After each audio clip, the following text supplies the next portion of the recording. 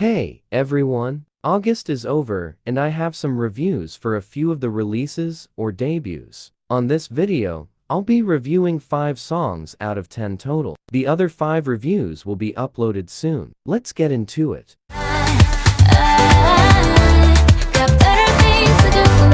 Better Things is Aespa's second English single. This track is a summer song with drums and percussion instruments. Immediately, I already knew the majority of K-pop stans would love this. It's a solid, upbeat, summery song that suits each member. At first, I didn't like it, to be honest. It's not horrible, but I thought it was generic. It doesn't feel like a title track. Aespa's B-sides are always good. The energy just wasn't there. The lyrics are very literal. The whole concept is that Aespa has better things to do with their time instead of spending or wasting it with their ex. Besides that, the lyrics are very repetitive. The choruses and post-chorus repeat the same sentence twice. Since there are 4 choruses and 1 post-chorus, the line is heard 10 times, which is okay because it sounds nice, but it's excessive in my opinion. My favorite parts are the verses and outro because the verses give the girls moments to let their vocals shine. You cannot tell me that Ningning's line in the second verse wasn't ever sure if I loved you, wasn't everything. The harmonies and vocal layering display a dreamy feeling consistently throughout the song, but it becomes significantly more intense at the end. The added intensity makes for a more interesting ending and song overall. If Better Things was less repetitive, I would love it more. Nonetheless, it grew on me.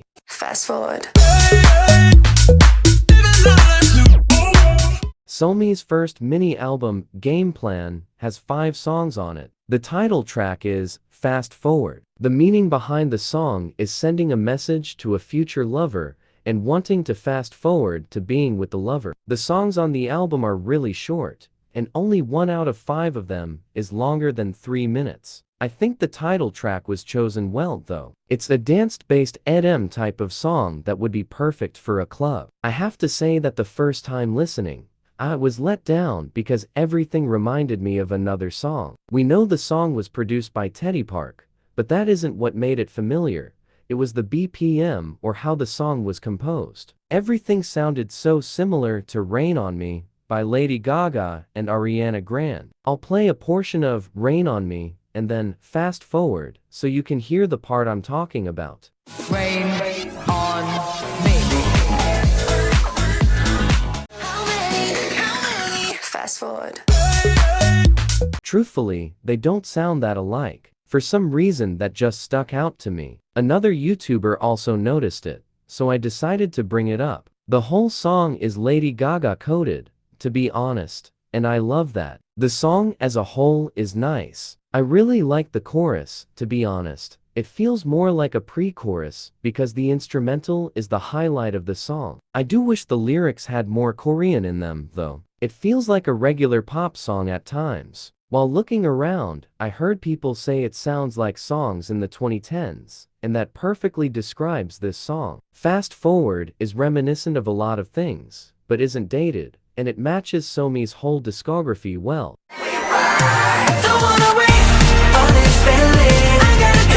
The new boy group of SM, Riize, already has y'all in a chokehold because of their visuals. I've heard people compare Riize to NCT mainly because of the previous members coming to the group, but also because Riize performed a song called Siren, which sounded similar to other music NCT releases. Apparently, Siren is just supposed to be a song to showcase their talents and used to perform with, but won't be added to any of their future discography for some reason. Riize's official debut date is September 4, 2023, with their first single album, Get a Guitar. Their pre-debut release, Memories, is definitely interesting and unique. It has a clash of different music genres in different parts of the song structure. Heavily hip-hop inspired, but has the classic K-pop feel during the chorus. There's a heavy use of synths, and the verses sound reminiscent of early 2000s hip-hop. Initially, the song catches you off guard, but everything works surprisingly well. My biggest critique would be the members' pronunciation. I hate when K-pop uses hip-hop as a way for the members to sound hood or gangster. There's no need to imitate others to rap well. Memories is an amazing B-side.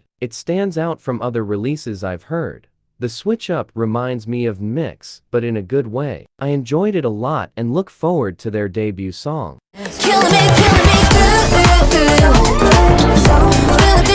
The second member of Twice to have a solo debut. Jihyo's album named Zone has 7 tracks on the album. I recommend you listen to it. I'm gonna preface this and say this review will probably be mainly positive, because I am a Twice stan, but I will be honest with how I feel like I've done with the other reviews. The backstory behind the song is that Jihyo has a partner who makes her feel like a better person and brings her new feelings when they're together. She shares a lot of lovely memories with her partner until they eventually break up. I like how the first pre-chorus explains how he makes her feel, and then in the second pre-chorus, it's how she makes him feel. The track is very catchy and danceable.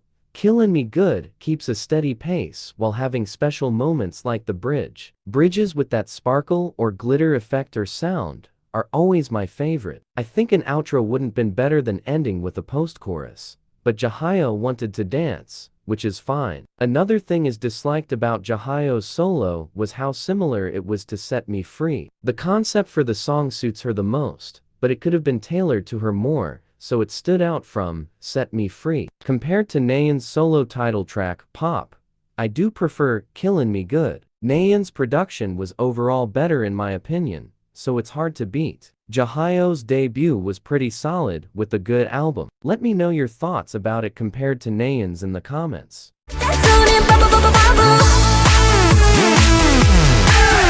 This song is the title track on their third mini-album, Teen Fresh. The meaning behind the lyrics isn't bad. The bubbles represent hate comments that can be ignored by popping the bubbles. Initially, watching the teasers, I was a little disappointed. I feel like Stayc has kind of shifted their demographic to a younger audience. Teddy Bear was basically made to appeal to children. Now, Bubble claims to have a Teen Fresh concept, which is Stacey's main concept they debuted with. The actual music video, even though they're in a school at some parts, was colorful and had a castle that resembled Disneyland. It was leaning more towards a childish feeling than for actual teens. Personally, I miss the more mature feeling and look of the old songs, even if the sound is the same. Bubble wasn't a miss though.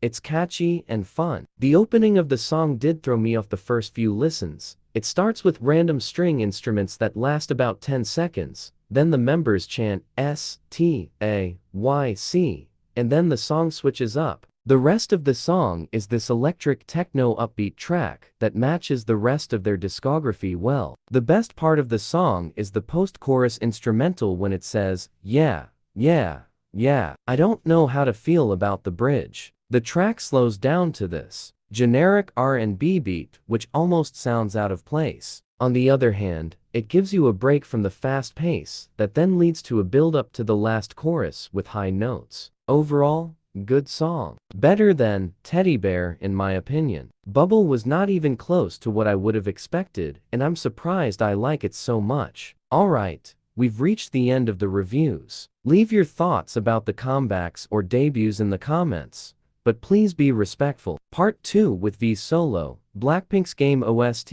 and more will be out soon. Thank you for watching. See you next time.